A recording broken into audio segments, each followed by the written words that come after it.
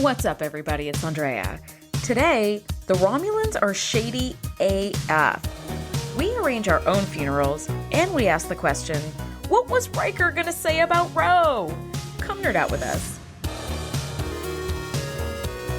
Welcome to the TNG Podcast, the number one place in the Alpha Quadrant to geek out about all things Star Trek: The Next Generation. I'm your co-host, Shereese.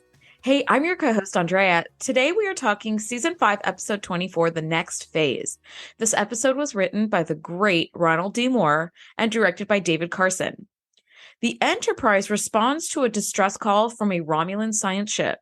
Lieutenant Commander Geordi LaForge and Ensign Ro Laren are lost in a transporter accident when returning to the Enterprise with a faulty generator from the Romulan ship. Oh, okay. Initial thoughts? My initial thoughts were, this is one of my all-time favorite episodes. Yes. And I am so excited to dig into this with you, Andrea, and with anyone who's listening. I am super excited. That's all my initial thoughts. I'm really in there with you. My initial thoughts were, last week I talked about Thanksgiving Feast, and Thanksgiving Feast continues with another all-star episode. It's just fabulous all around. I'm not the biggest Ensign Ro fan, but she is so amazing in this episode. Mm-hmm. Also, what a fun and creative sci-fi story. A transporter accident, but they're not actually dead. Yes. Guys, last week we talked Iborg. This week it's the next phase. And then next week is Inner Light. Oh, wow. We are in the golden age of TNG right here. I mean, they were just cranking out the most quality material at this time. There is literally nothing wrong with any of those episodes. Yes, I agree. And then we have Time's Arrow, which is one of my favorites as well. Oh my God. It's the San Francisco one, right? It's so good. And the only thing wrong with that is the what's that guy?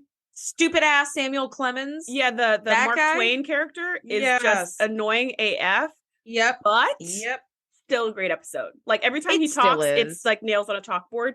That's the only problem with it, though. The episode itself is solid. So I'm super excited about our next several episodes. We don't know what happened with cost of living. Why was that there? I don't know. Because it sort of ruined the flow, but now we're just getting in the good stuff. And we're knee deep in cranberry sauce and gravy and pie at this point, because it is oh my gosh, we're at the best stuff that TNG has to offer, in my opinion. I agree. And similar to, you're saying you're not such a big Ensign Ro fan, but she's fantastic in this episode. I would say the same thing for Barclay. I'm not a big Barclay fan, but the last two episodes we had with him were really good. So it's that's even magical that you can take a character I don't care for and make them the star of the show. And I love the episode. That's amazing. Absolutely. I feel the same. That's exactly it. Where it's you make a character that's not necessarily the most likable and make them the star and a fan favorite. It's that's what great writing can do. So, oh my gosh. A couple of things. This episode actually won an Emmy for outstanding individual achievement in sound mixing for a drama series. So excellent sound mixing. They got the Emmy for that. That's amazing. Congrats to this episode. And this story, it originally involved the transporter accident involving Geordi and Troy. And Brandon Braga was like, Troy's had enough running and jumping this year. Why not give Rose something to do? And so they're we're so glad that she did, because she kicks a Romulan in the chest and does a kick worthy of Bruce Lee. She's some sort of acrobat. That scene, in my opinion, makes the whole show. That's from Brandon Braga actually speaking about writing this episode. And I was like, I'm so glad it wasn't just Geordi and Troy being oh no, Troy has to feel her way out or whatever. Right. It still would have been a good episode because it's written very well. But I agree. The last time we saw Ro do anything was when she did Riker in Conundrum. We haven't really, I think we've seen her at the helm saying "I Captain" once since then. But it's kind of nice to see her as a part of the crew again. And Troy has been just so clutch this season. I think it's totally okay, more than okay, to give her a little bit of a break, because she's absolutely been pulling her weight this whole season. Oh, 100%. Well, let's jump into this. The Enterprise is coming to a distress signal from a Romulan science vessel, and Riker, Worf, Geordi, and Ro beam over to help. And Riker says, no weapons. We don't want them to think they're under attack. And Rose says, this is not a bright idea. And I think it's great to see the old Riker and Ro act is still kicking with this like tension that they have, and Ro believing she has the space to like throw any opinion out at senior leadership. And they're like, what? Yeah, no, this is a military girl. You have to keep that on the inside. Yeah. Like everybody else on the transporter even though pad. Picard doesn't think it's the military, it is. It so stow it. Absolutely is. Stow it, sailor. Yep. Yeah, and you just see Riker like, excuse me, what was that? I didn't hear that. You want to say it a little louder? Like, nothing, sir. Exactly. It's like, all right. It's just, yeah. Looks like great. Sleeping together did not ease any of those tensions. Sure didn't. Maybe if they did it again, but they don't. No. As far as we know. Also, why would a second time work if the first time didn't? You're like, maybe try it again. I don't know. I don't know. That's how humans work, right? That didn't work. Let's try it again, but better. I don't know. Still didn't work. Still didn't work. Right. Well, aboard the Romulan ship.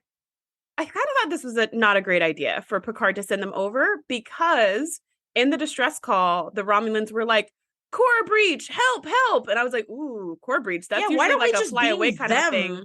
Aboard the Enterprise, and off we go. And their ship explodes, and we're super sad for them. And we take them home, but they're all alive, the ones who survived. Yeah, like, I was just like, if the core is going to, usually it's like, get our ship as far away as possible from a core breach. You're absolutely right. But instead, he goes, think of that. Let me beam over like my most critical crew members into this situation. Yeah. Thankfully, plus Ensign Ro. Yeah. And Ensign Ro. Thankfully, when they beam over, it's like they've kind of got it contained, and they're going to eject. Actually, this is before they're going to eject something. They're going to like get rid of whatever. They have an engine core, but then they have another thing that's also going to explode. They have two things, and they have to like inject one and Geordi and rotate another one or whatever. Point is, they don't explode, so it's okay. But I was just like, that's the only thing we heard in the distress call was core breach or explosion. And I don't think we should beam into that, because what if the second you beam them over, they blow up? Yes, exactly. I didn't even think of that. You're right. It's like, hey, we're just going to beam all the survivors aboard and zip away and get you guys home. Whatever. Like, yeah, you're right. Although I will say, I'm glad they did go aboard the Romulan ship, because that set was so cool. So things are looking so bad. There are dead Romulans around. The forced chamber resonator coil has exploded, which we all know is very bad. And the team is like, okay, we're going to take this generator back to the Enterprise so we can replicate it for the Romulans and give it to them, and they send them on their way. So Ro and Geordi are like, okay, let's beam aboard, 2 to beam up and 1 piece of equipment. But something is going wrong. The transporter chief is like trying to get them, and like Geordi and Rose like they're trading places every time they kind of slightly rematerialize them. So she has to abort the transport, and they should appear back on the Romulan ship, but they never materialize. And all we hear is, "I'm sorry, we lost them, sir."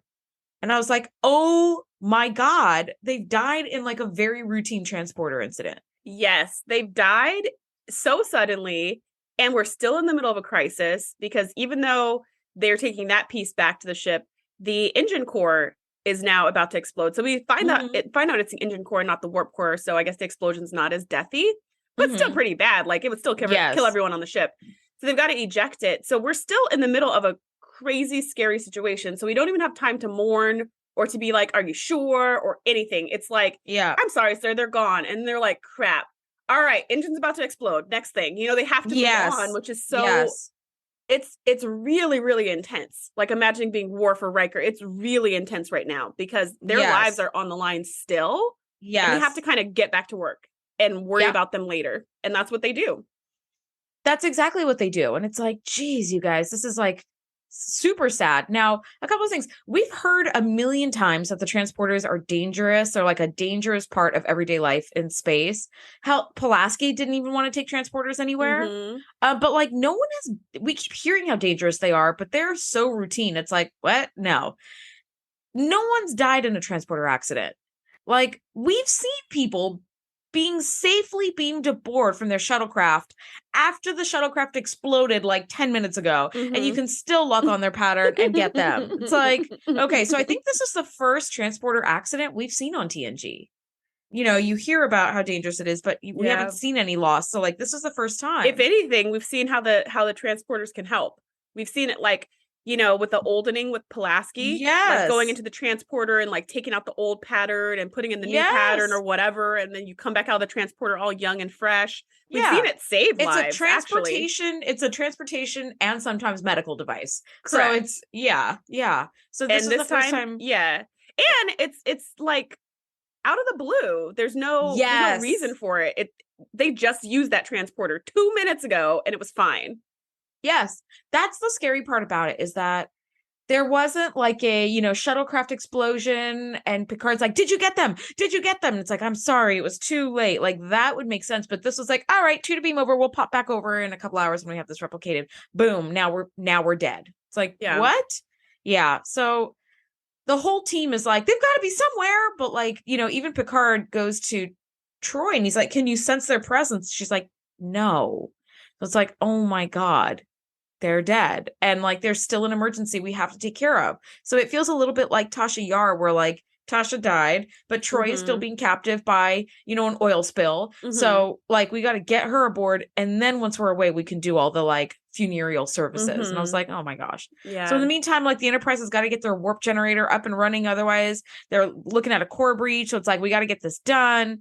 And the warp core is about to breach and things are looking bad. So the away team has to like seal off main engineering. And like Worf and Riker are like trying to shut the blast doors and they're not strong enough. And I love that Data shows up in the nick of time. And he's like, excuse me. And just like just pulls the doors together, which is really fun. Yeah. When I first saw that, I was like, wait, why didn't Data do that in the first place? But then I realized he never beamed over with them. He was still on the ship. Yeah. And Picard sent him over in a shuttle because they were like, they still need help and they need more support crew to like tinker with things on their ship. Yeah. So Picard had sent him over in a shuttle because he was like, shut down all transporters. No one's using any transporters until we figure out what happened. But we can't investigate that right now because of this imminent explosion. So Data shows up in the nick of time, closes the doors. It's very great. And you just see the look on Riker's face of like, oh, I'm so glad you're here. Thank God you're here. We're like 100%. At this point, they have about 5 seconds before the engine core explodes. So Data really got there just in time. Like, closes the doors. They eject the engine core. The Enterprise extends the field, the force field around both ships, and then it explodes. It just gives them like a gentle rock through the force field, and all is well, and everyone lives. So you're like, all right, phew, that was close. Yes, totally. So Picard does the whole like job well done #1 and like I'm off to sickbay, right? So he makes his way through the hallways to sickbay and we see out of the corner of like the screen somebody's feet sticking out from like around a corner. Like they're laying down on the ground, which is odd. Somebody's like laying down on the ground and Picard just walked right past them and like didn't notice them and it's like that's weird. And it kind of pans up and we realize it's Ensign Ro. Like she gets up and like she's like, what the hell am I doing here? And she's very much like, what the F is going on? And she's not in the transporter room. Yep. She tries to calm. Going on. She's trying to calm. She's like, I'm at deck, whatever, like section, whatever, close to sickbay. And she's like, oh, sickbay. Like, let me go there. But nobody notices her. So she's like, excuse me, I need help. I need hello. And like, nobody can see her or hear her. Which is so unfortunate because she's being extremely polite for a change. Yeah. She's like I need help. Yeah. Pardon me, sir, ma'am. Pardon me. Like she's being super like respectful and nice and polite. And just people are being so rude by ignoring her. And then she's like, excuse me. Hello. Yeah. And it's like, okay, no one responds to that either. Exactly. Yep. There she is. But no one responded to that either. So it's like, what the heck is going on? So she's like getting a little weirded out. And honestly, if this was me, I would have been pushing people or, tapping them gently on the shoulder and then pushing them very hard to be like, hello, can you hear me? Can you see me? Like, why are you pretending you don't see me? And so she's getting a little freaked out. She walks into Beverly's office, like she walks towards Beverly's office and she overhears Picard and Beverly talking. And they're arguing about something. And so she's just kind of like standing at the door frame, doesn't want to interrupt or whatever. And then she hears Beverly just say, fine, but I hate making out death certificates. And it's like, wait a minute, what? For who? What's going on? Who died? Who died? Yeah. And so you see Picard goes to leave and Rose like, sir, I'm sorry that. And he walks right through her, just like she's a ghost. And she's like, what the heck? I mean, I don't even know how I would react if someone walked through me. That's actually, that was going to be my question at the end, where it's like, how would you feel being in this position? Like, what would you even do? I would think I was dead. I would totally be on Ensign Rowe's train of I'm dead, because that's classic Ghost 101. People can walk through you and no one can see or hear you. That's it. Poltergeist or ghost. That's it. That's it right there. There's no other explanation. I would have never come to the phased idea. That is so funny that you say that, because I thought for sure you were going to be like, well, I would do what Geordi does. Like, I would just try to figure a way out of this because something logically doesn't make sense. But like, It's so funny that you said you're that like, no, I'm dead. That's like the only characteristic of a ghost. I'd be like, well, the only explanation that I can think of. If it walks like a ghost and quacks like a ghost, I guess it's a ghost. Yeah. Yeah, it's absolutely a ghost. And then you look and see the death certificate and hear about the transporter accident and no one can see or hear you. Yeah. I would have been like, yes, I'm dead. I would have totally been like Ro. I would not have been like Geordi, who was so clever to be like, no, we can figure this out. Like, thank God something for Geordi. Is wrong here. Yeah. Thank God for Geordi, or they would have been ghosts forever until they actually died, which wouldn't have been that long. Because and then they starved to death. Yeah. Yeah. Because they starved to death and get dehydrated. Yeah. No, that's it. So what would you have thought? I would have pulled a Geordi. I would have been like, no. There can't just be, thousands of ghosts wandering around the ship. Where's Tasha Yar then, if that's the case? Where's anybody else? Did you just hop on a shuttle? Her ghost would still be on Vagra too. Wouldn't it? I guess you're right. Although, well, yeah, I guess you're right. But like, there's other service members who have like died in their line of duty, and we're not seeing any of them. So we're the only two. Like, there's something very wrong here. And I think, after seeing Geordi, I would be like, wait a minute. But at this point, she hasn't seen Geordi. So as all she knows is she herself has died. Yeah. And then she sees Geordi's death certificate and goes, oh, that sucks. He died too.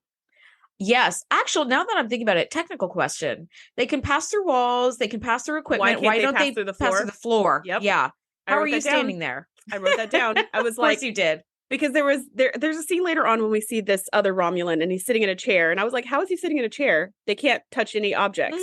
And then I immediately thought, can't touch objects, but they go right through. Yeah. Yeah. And then I was like, wait a minute. Why are they going through the floor? That doesn't make sense. Their ghosty power should make them slide right through the ship. And then I was like, yeah, but that wouldn't be a very good episode. No, it wouldn't. Just slipped through the floor and died in space. Yeah. No, that would, yeah. And that's one of those like how it should have ended episodes where it's like, yep, slip through the floor. Now we have 2 dead people. So I guess let's just continue our funeral plans. Yeah, to be fair too, I've seen this episode like 100 times and never had that thought until this time, taking notes of it, where I was like, wait a minute. Me too. Okay, I love that we're doing this podcast for the love of the show, right? But we've each seen this episode 100 times, and neither one of us has thought of that until just now. So that just goes to show there's always something to pick up on. Now, one thing I will say, as Picard and Riker, as Picard and Beverly are talking in Beverly's office, Ensign Ro is like, I'm right here, right? Which I'm like, oh my gosh, that is such a difficult acting challenge to be Beverly or Captain Picard and having this conversation. And when somebody's yelling, even if you're like, trying to pretend that you don't hear him or see him, you do. And our body responds in very subtle ways that are unconscious to other people in the room. We unconsciously just sort of stop talking if somebody starts yelling, in the room or whatever. Look at them or flinch or talk louder. Yes. They didn't notice how their voices were like very kind of like muted. They were like, you know what? I know it's a shame. Like they were having this kind of quiet conversation. And even though Ro is yelling, they did not raise their voices, which I thought that was really impressive too. And then when Picard turns around, he doesn't look at her and then he just keeps walking. I was like, oh man, that's really hard to pretend like you don't see somebody and make it convincing to a third party watching like us. Totally. 100%. Like it just major props. Did you notice when Gates McFadden and Patrick Stewart? Go ahead. 100%. I'm sorry. Yes, they were amazing. And did you notice how when Ro went to like slam her hand on the table, like because Beverly wasn't listening, how her hand went right through? And I just thought, man, she can't even make a statement. Like, she can't even make a physical statement to show how frustrated she is right now. That's so much more frustrating. Yeah, she tries to kick a wall and her leg just goes right through. It's like, oh, you can't even like, you know what I do miss? I do miss, and this is very juvenile, I do miss old like landline phones that if you're in an argument with so someone, you can slam the phone down dramatically, and on the other end you hear like a ding, or something. You hear the like yeah. Not only that, but you hear like the slam. So you're like, wow, they were really mad. Like it's a very dynasty kind of moment. But on iPhones or smartphones, it's like, and then you just gently push a button. Yeah. It's not even a button, right? Because it's a flat screen. So you just tap a screen. There's no tactile satisfaction. Even if you tap it hard, the other person doesn't hear a bang. All they hear is call ended. Yes. It's not even like not satisfying. The old school flip phones where you could flip it really hard and you still feel like you hung up hard. But with no buttons, you're just kind of like, doot. Yeah, it's not the same. You're right. That's what's going on right now. She's gone from landline slamming the phone to her hand just slides right through. I know. It's like, ugh. So they end up actually, Geordi and Ro end up connecting.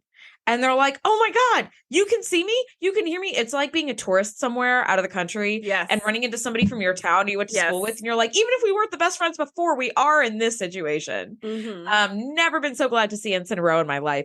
So they're trying, Ro is like, we're spirits. Like, I've never given this much thought in childhood, but I guess this is true. And Geordi's like, I don't have time for this. Like, Geordi has no space for it. You may be at peace with yourself. I'm going to Transporter Room 3 and find a way out of this situation. And he turns around and storms right through a panel and off he goes. And I love that Ro is just like, poor Geordi, can't come to terms. I'm going to say my goodbyes. And Geordi's just like, bump, bump, bump, bump, like walking over to the transporter room with his notepad and his cigar. And it's a good thing he does go over there, because in Transporter Room 3, he's overhearing Data and the woman whose name I had to look up is Transporter Chief Brosmer, talking about what happened. And Data says that the cause of the accident may be related to the explosion on the Romulan ship, because the explosion before damaged the Romulan's cloaking device, causing it to discharge chronoton particles. And there's a chronoton field in this very transporter room. And it's like, so Geordi's like, oh my God, like he absolutely went into Transporter Room 3 at the right time. Imagine if he had been there 30 minutes earlier, had been nobody there, or later. He would have been looking through panels and not seeing anything. This is the perfect time. Yeah, this is great. I think all of the whole Geordi Data thing, this whole episode, I love. I love just the exposition from Geordi explaining to us everything he's figuring out as he's figuring it out, but he's explaining it out loud as if he's talking to Data who can't hear him. I love that. I love it because it's like, oh, that's what's going on. Oh, that's what's going on. Oh, okay, that's what's going on. Like, it feels very much like normally it's show, don't tell, right? And if you tell the audience exactly what's going on, it like ruins the mood. It breaks the bubble. Yes. But in this case, it's like just genius because he's talking to Data, but really he's talking to you. And you're just like, what else happened? Whoa, that happened, Geordi. Okay. That too? Yeah. So I love as he's standing there, he's going, yeah, that's right, Data. Yeah, that probably happened. And you're like, okay, Because we can't figure this. We don't know what happened. The other thing, I don't know what a chronoton particle is. Well, every time they mention and neither do you, because you just made it up. Yeah. Every time they mention chronotons, and I'll have to check because this might be the first time they mention it in TNG, but they mention it all the time in Voyager. It always is a signature of time travel. Like every time they say chronoton. Oh my gosh. Okay, well that makes sense because chron and like time and like time. Right? Yeah, time. Yeah. So every time they're like, there's a signature of chronoton particles, and they go, someone's breaking like the temporal directive, prime directive, or whatever. So when they said it here, I was like, that's interesting because there's no time travel here, but there is phase shifting, which in the episodes that I'm thinking of in my head don't usually have any kind of signature. They usually say like it's out of phase with we'll see that in Time's Arrow. It's out of phase with like our universal signature or something. But I just love that phrase chronoton. It's very cool. It is very cool. Futuristic. Well, while Geordi is out there sciencing the answer, Ro comes to the bridge and stands in front of the view screen. She's like, I'm here to say goodbye. And of course, no one can hear her, poor thing. So she's like, hello. Okay. So hello and goodbye. Yes. Riker and Picard happen to walk into the bridge and go to the ready room. And Ro can kind of catch a little snatches of the conversation. And, looks like the Romulans are trying a new cloaking device and it backfired. And Ro pops in to listen and Riker wants to say a few words. And Picard's like, of course, like Geordi and Rose's funeral is going to be handled by Data. Data already like asked as Geordi's like closest friend, like, can I run the services? And of course, Picard's like, yeah, no problem. And Riker wants to say a few words. And Picard's like, well, you did know Geordi like kind of longer than all of us. He's like, actually, I was thinking about Ensign Ro. And I love that Ensign Ro's like, wait, what? Wait, what? What are you going to say? What words are you going to say about? God damn it. Like, because Riker just leaves. And she's like, what were you going to say? Now, she does turn to Picard. And she kind of spills her guts to him, like, knowing that he can't hear or see her, like, thank you for trusting me when no one else did. And in this moment, Geordi walks in to find her to be like, I have some answers. Come with me. And first of all, I'd like to question, how the hell did this happen? Their comm badges don't work. They can't use a computer. I think he's just been roaming the ship looking for her. And if she's did he go into like 1,000 rooms to find just from room to room to room? I mean, potentially yes, but also if he knows that she's like saying her goodbyes, which there's no way he could know this, but if he knows she's saying her goodbyes, it's not like she's going to go a lot of places, right? It's not like she's like the belle of the ball or whatever. She goes to work, she goes to her quarters, she's done. She probably doesn't even go to the holodeck. So I mean, there weren't too many places he had to check, I'm sure, before finding her. But still, yeah, this is a little bit contrived, but it's perfect because we need them to meet, and their combat don't work, which is we so need sad. them to meet. But I was like, half the episode could just be walking in rooms, and be like, "Ro, Geordi, like, hey guys, what's going on here?" It totally could. And we don't have time for that because, as we find out later, like there is a ticking clock. But one of the things I loved about this speech to Picard is that Ro says, "Oh my gosh, I'm dead, and I'm still intimidated by you."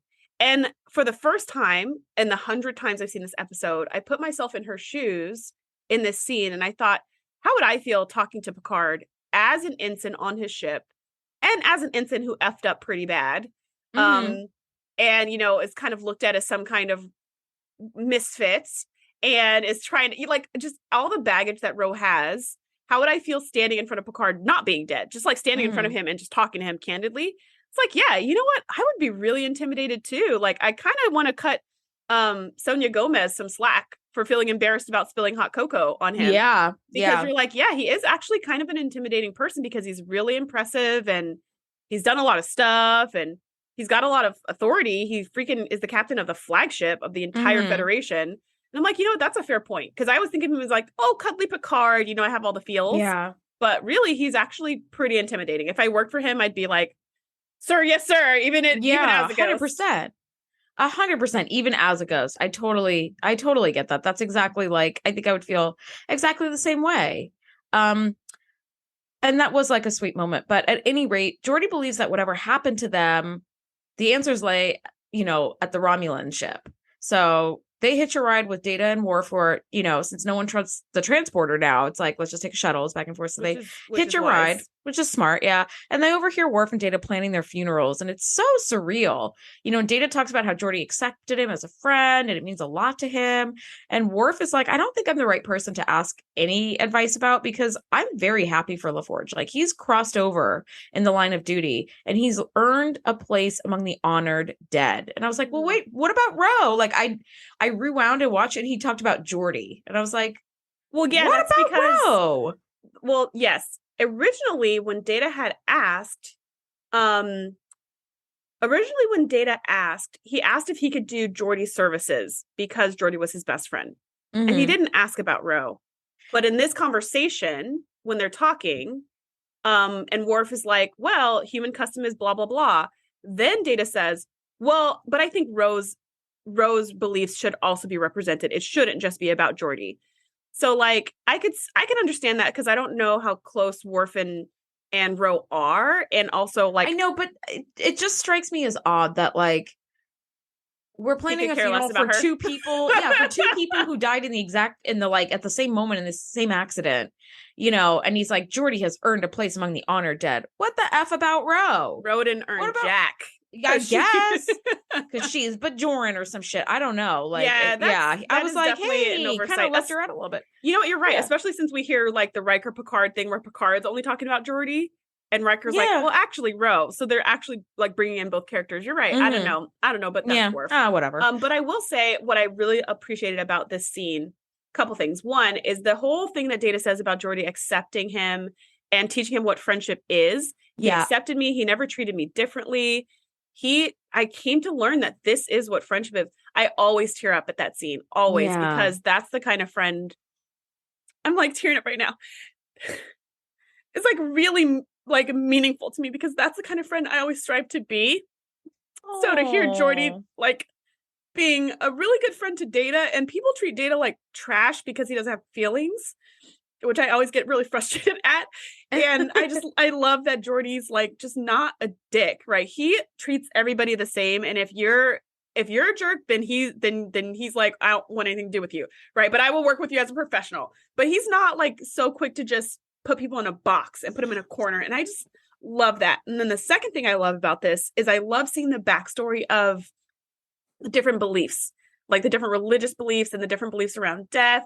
I just think that makes for such a rich world when they're not just talking about human customs, because even as humans, every single culture has different beliefs around death, different customs, like it's extremely varied on one planet, but let alone hearing that, oh, Klingons have a different way and Bajorans have a different way and on and on and on. And like Data's the only android of his kind, so he can make up his own ritual for himself, someday potentially. It's just, I thought that was a really nice touch to show us that the universe is really big in this, in the Trek world.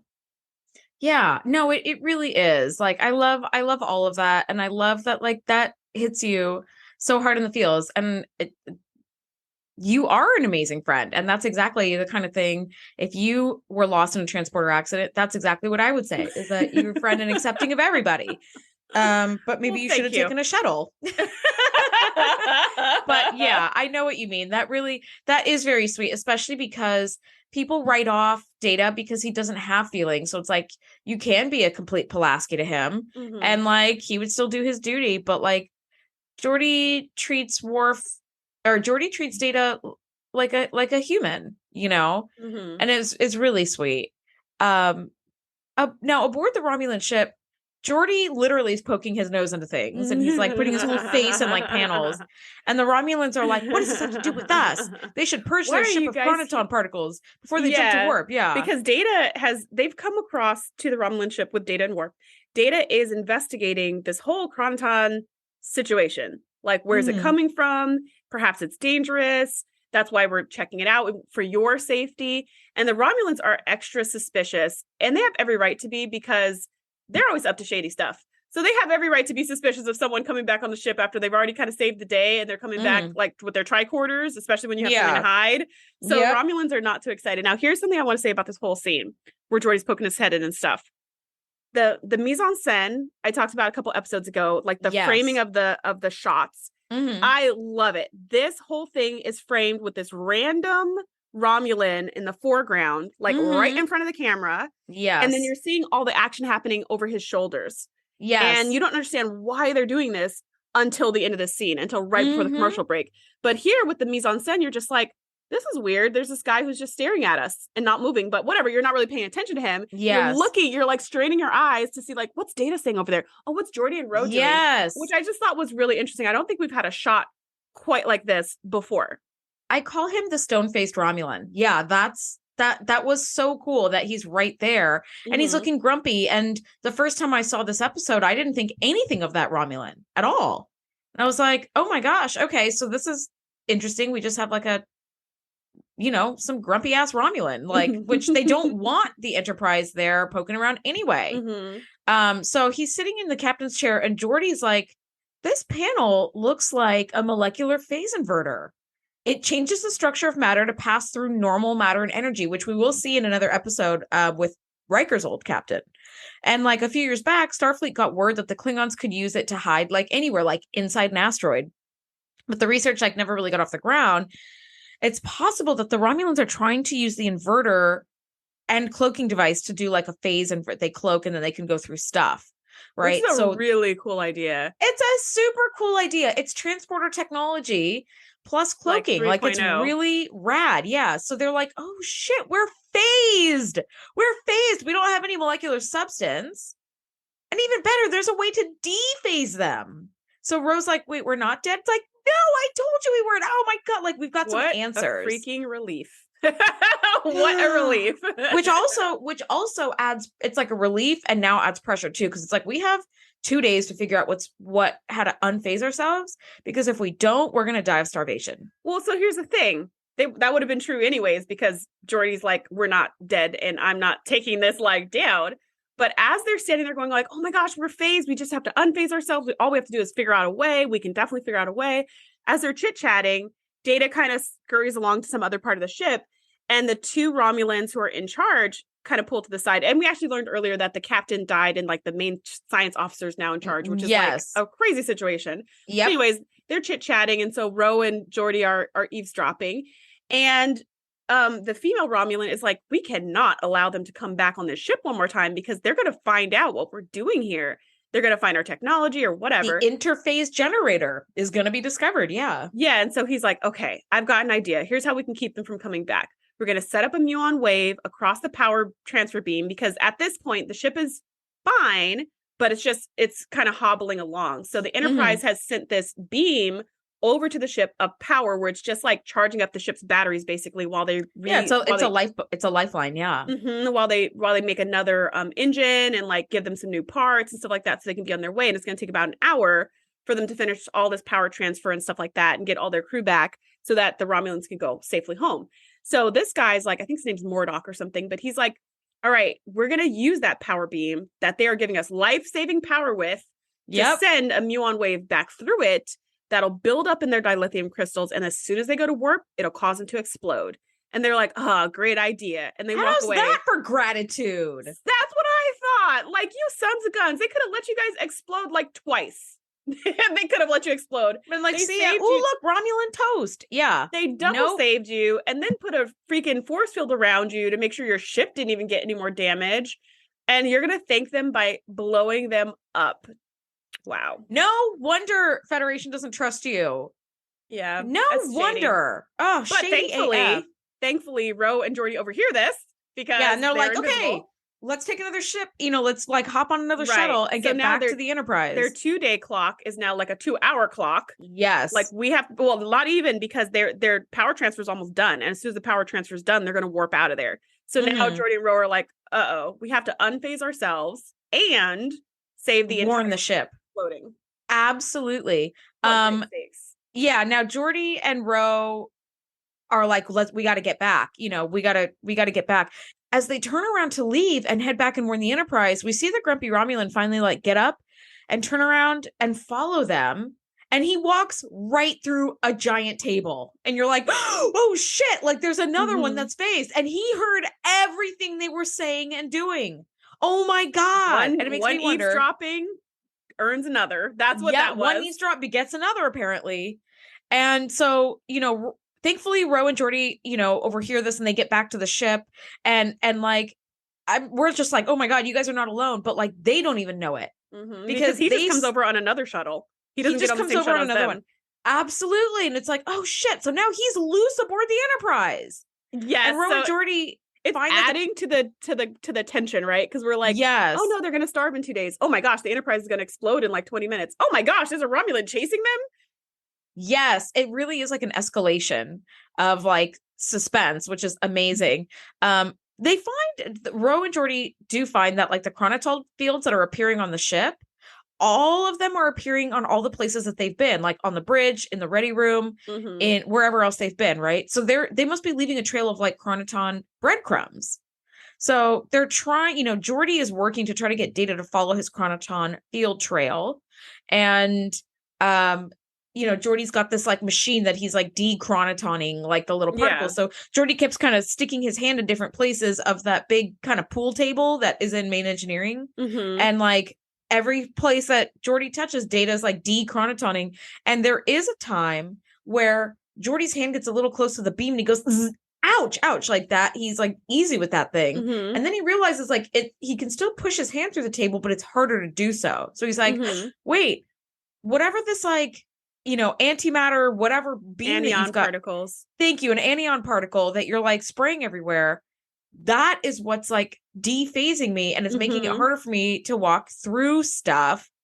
Keep going. And Geordi's like, keep going. Data's like, okay, I got everything here. And he turns it off and walks away. It's like, no. And Geordi can't pick up the thing and like do it himself. It's like, dang it. And we learn that Data's detecting the chronoton particles in whatever technology Geordi touches, but is not detecting it in Geordi himself. So it's like he's scanning like a whole, walking, talking chunk of chronotons So he has to touch stuff. As his hand was going through the panel in different places and he's trying to get Data to put it all together. Come on, Data. I kind of thought, I was like, I kind of want Geordi to make a G for Geordi in the panel. That's what I thought. I was like, put your hand through like a panel on the wall and spell out the word Data or something. G for Geordi. Yeah, that would have been perfect. Yeah, but great. this random thing, I was like, this isn't. He did a random thing, and Data was just like, "Huh, this is weird." And so he did it a couple times, and then Data was just like, "Okay, whatever." And as he's walking away, like, "Okay, that didn't work." Geordi's yelling after him, "No, it did work, Data. It did. You just have to do it more, Data." Yeah, it's great. It's great because you're like, I mean, this whole time he's explaining everything that's going on and what's happening and why the anion beams work, and you're just like, that tracks. That totally tracks. Now on the bridge, Ro is kind of standing by to hear any more information from the science team to see like what they can do. And as she's on the bridge, we find the Romulan come out of the turbo lift with a functional disruptor. And he points it at her and goes, "Yes, I can see you. And yes, this disruptor works because I had it on me when I died in the transporter accident. So take me to your science officer, who I've heard figuring out how to can fix us." Which I thought, you don't have to do this at gunpoint. Wouldn't it be well within Starfleet rules to be like, "Oh my God, you've been changed too. I can see you. You can see me. Let's all figure this out together." And here's the thing. I need help. They would happily work together so that they can all be unfazed, so they could all be back happily. Why do we always have to run to gunpoint? And that's what they were doing anyways. They're trying to save themselves. They can throw another one in the mix, like, of course. But I think it goes back to the Romulans being shady AF.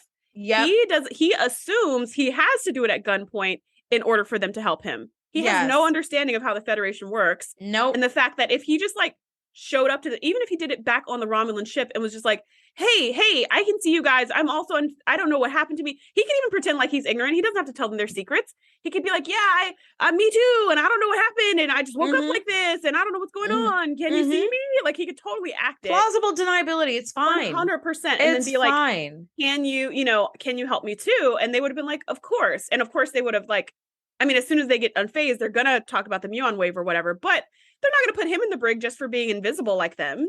Like they're not going to do any of that. So absolutely not. They would just return him to his people. They would just call it a day. Him. Yeah. So he did not need to do this, but he does not know that he doesn't need to do this. And I guess in his culture, whatever, this is the way you get stuff done. This shit. Yep. So that's what he starts with, which automatically makes Ro very hostile towards him.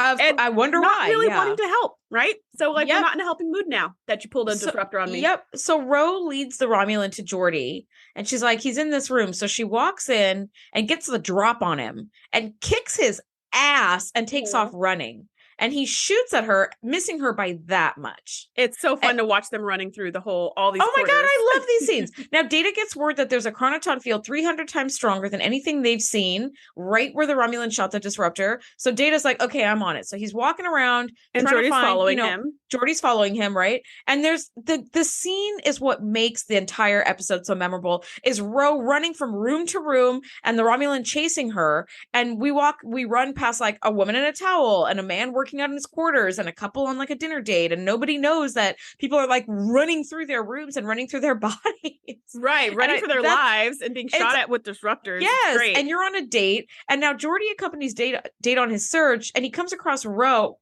in this couple's quarters who's having like a lovely romantic candlelit date. And they have no idea that there's like a woman literally running for her life because the Romulan ends up like getting her in the calf with the disruptor and taking her down. And so they're having this like struggle for your life. Yeah, they're wrestling on the ground. Yeah, and this the couple is like more wine dear. Yeah, having their staring at each other's eyes and all that, good stuff. And Data chimes because he's like, hey guys, there's like, I need to check some chronoton readings here. So they're like, okay, go ahead. And in the meantime, Geordi sees Ro and he's like, oh my God. And he shoves the Romulan through the bulkhead and the Romulan goes flying into space and is killed. Yeah. And I was like, dang, note to self, don't lean on any external walls. Only get in fights on the very interior of the ship. Only in engineering. Yes, like main engineering. That's the only place. No other place. Yes. And so he shoves the Romulan to get him off of Ro. not intentionally trying to kill him, but because he can go through walls, he happens to fly right out into space. You're like, ooh, that was a bad place to stand. That was. Because, hey, guy, we would have totally helped you. Like, you kind of created this situation. You sure did. So the Romulan ship is now ready to, like, take off under its own steam. So captain of the Romulan ship extends a heartfelt thank you to Picard for his help. And I'm like, wow, you are such a shitty person and just a shitty race. And they're about to warp out of there, but Transport Chief Brosmer says that she's still, running the Chronoton decontamination and they won't be ready for warp for like a little bit. And it's perfect timing because it's time for the memorial service. And it turns out it's actually perfect that they call it a memorial, because I did a little mini dive onto like what's the difference between a funeral and a memorial and a celebration of life. And that for a funeral to be a funeral, the body must be present. So without bodies, you just have a celebration of life or a memorial. So I was like, oh, it's kind of cool. Yeah. And like personally, I'm all about a celebration of life. I don't want a whole bunch of sadness when I die. Like I want everybody to be sad, but just for a little bit. I want people to be like, oh no, not her. But like, I don't want them to dwell in it. I don't want people to be like, oh, really? Okay. Because I went to this funeral. It was so sad.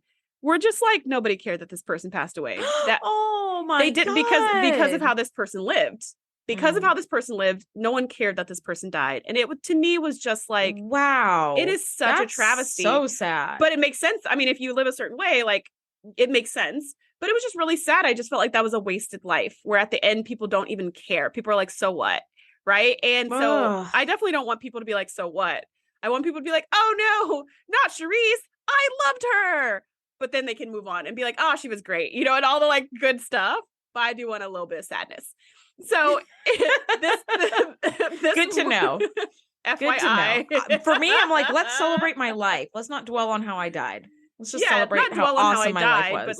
But shed a tear. Be sad for a little bit. Have some kind of like feeling, loss. Yes. Have some kind of loss experienced, and then you can move on. You need to grieve appropriately. Okay. So they walk in, and actually while they follow, Ro and Geordi follow Picard and Riker to the memorial service, and they're in the turbo lift, which, by the way, did you notice the turbo lift is like 1 inch from the view screen? It's between the ready room and the view screen. Oh yeah, no, it is. I always thought the ship ended there, like that was the front of the ship. But no. There's a turbo lift right there that goes directly to 10 forward, and I was like, not loving that placement. The turbo lift that they mostly use comes out of like kind of behind Troy's. Yeah, the back of the bridge, like behind kind of Troy's section. But there is one between the ready room and the screen, and there's one between the screen, like on the opposite side as well. And like the there's turbo lounge? lifts on either. No. The observation lounge is the back. So if you're looking like a bird's eye view at the bridge, 12 o'clock is like where Worf stands, right? So the observation lounge is behind Worf around 10 o'clock, 11 o'clock. I thought that was the turbo lift. No. That's how they get to. I thought that was the second turbo lift. No, there's 3 turbo lifts. There's basically 4 exits. Like it's a circular bridge, but think of like 4 corners of a square. The 2 back corners, like one's a turbo lift on the right. The one on the left is the observation lounge. And then there's 2 turbo lifts, one on either side of the view screen. But nobody ever uses that third one. Like you rarely use the second one. And that third one never gets used.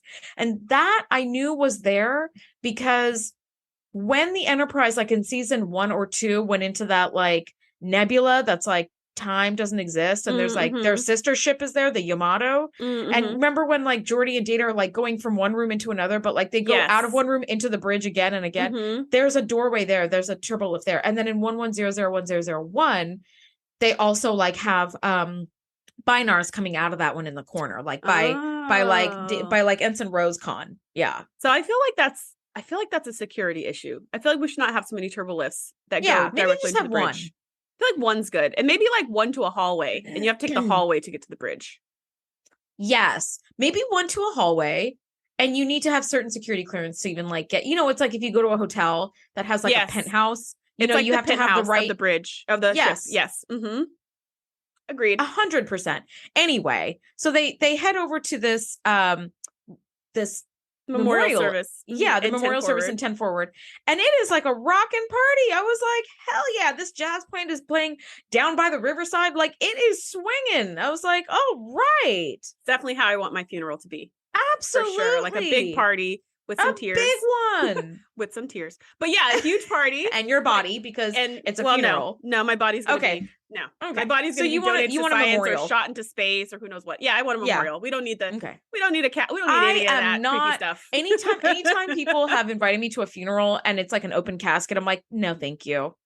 Yeah. People don't look the same dead as they do alive. It's weird. It's weird. I don't like it. I don't like it either. I don't want it. I don't want anybody looking at me. No, thank you.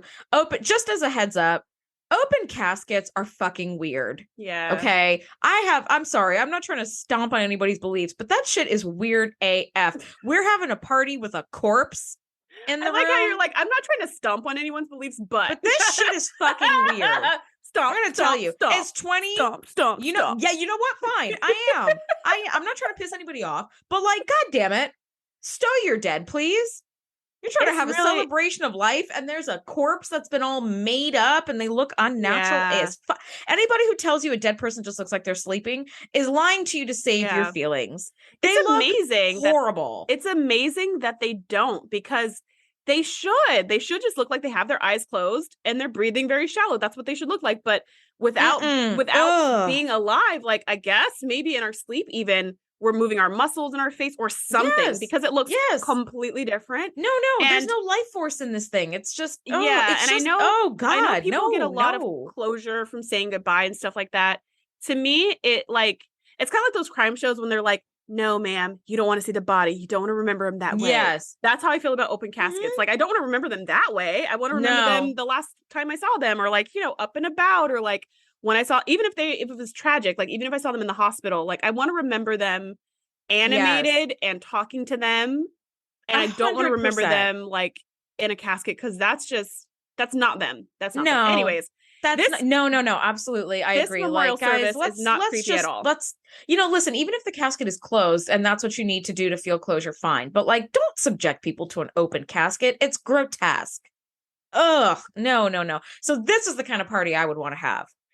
I'm a foodie, so I want excellent food and excellent drinks. That's what I'm all about. Let's get on that, guys. Let's have a party with some see-through balloons in 10 forward.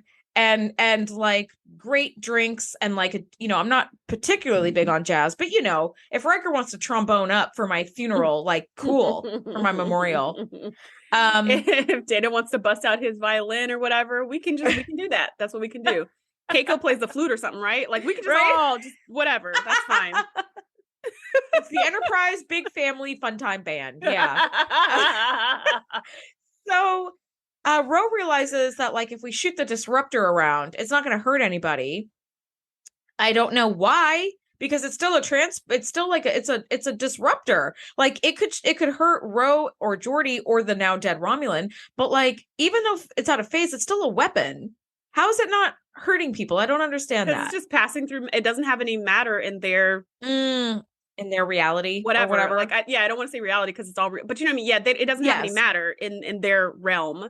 So it can't affect them any more than Ro or Geordi can. I guess you're right. I guess you're right. Why. And so it's a really brilliant idea, because they're like, the disruptor has so much more energy that it's dispersing than our bodies just touching panels. So if we just shoot everything in here in 10 forward, they're going to have to like flood this compartment with anion particles. And that should make us solid enough for people to see us for just like a fraction of a second. But we came to this memorial service because it's more likely that somebody somewhere in this room will see us, and they'll figure it out. Absolutely.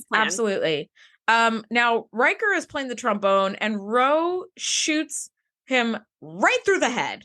She's right like, between the eyes. Now I'll never know what you're going to say about me, and goes and shoots him right between the eyes. And I was like, damn, girl. I mean, let's be honest though.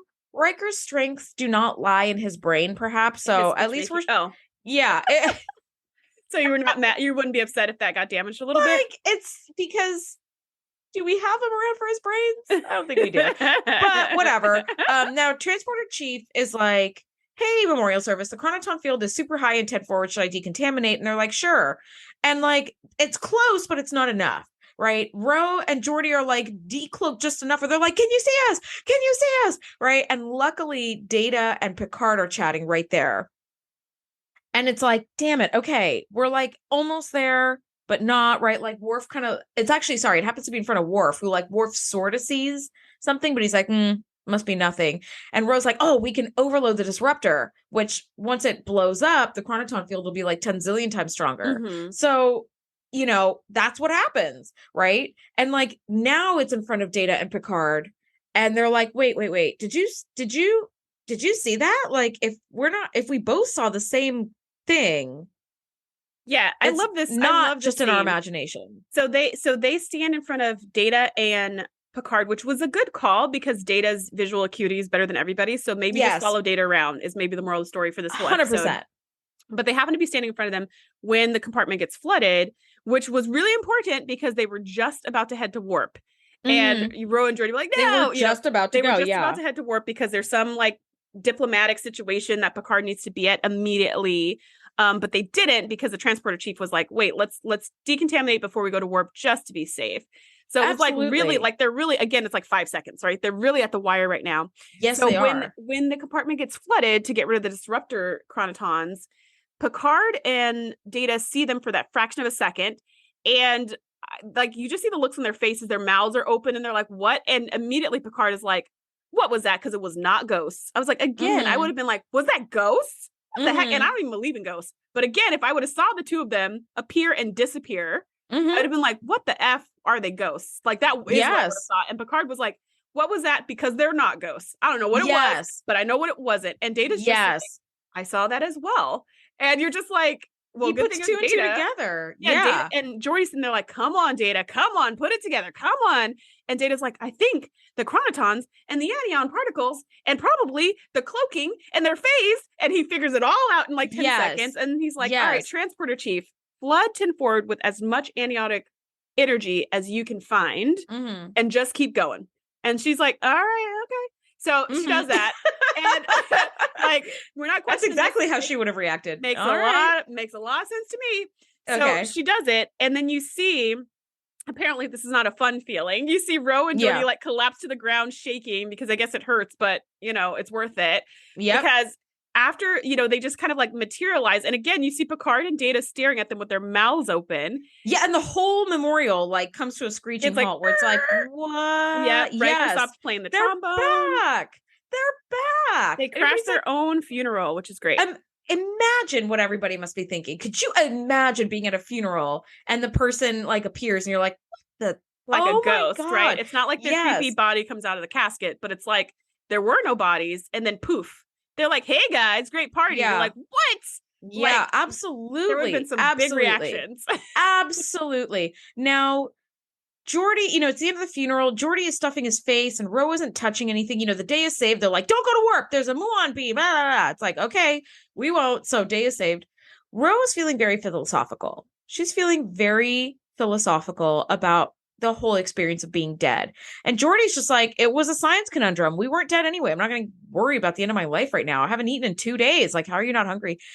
So she's like, I thought I was dead. Like I grew up hearing all these stories on Bajor and stuff. And and I do really love seeing this like bonding experience between Ro and Geordi. Like they didn't dislike each other. They just never really shared any scenes together. So I love that they got, to have this like shared experience. I just love everything about this episode.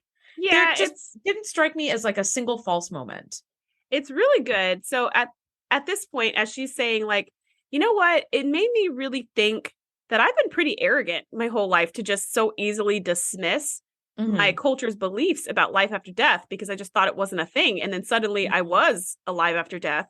And I thought, wow, like I shouldn't have been so proud to just dismiss them. Like I know everything and they don't know anything.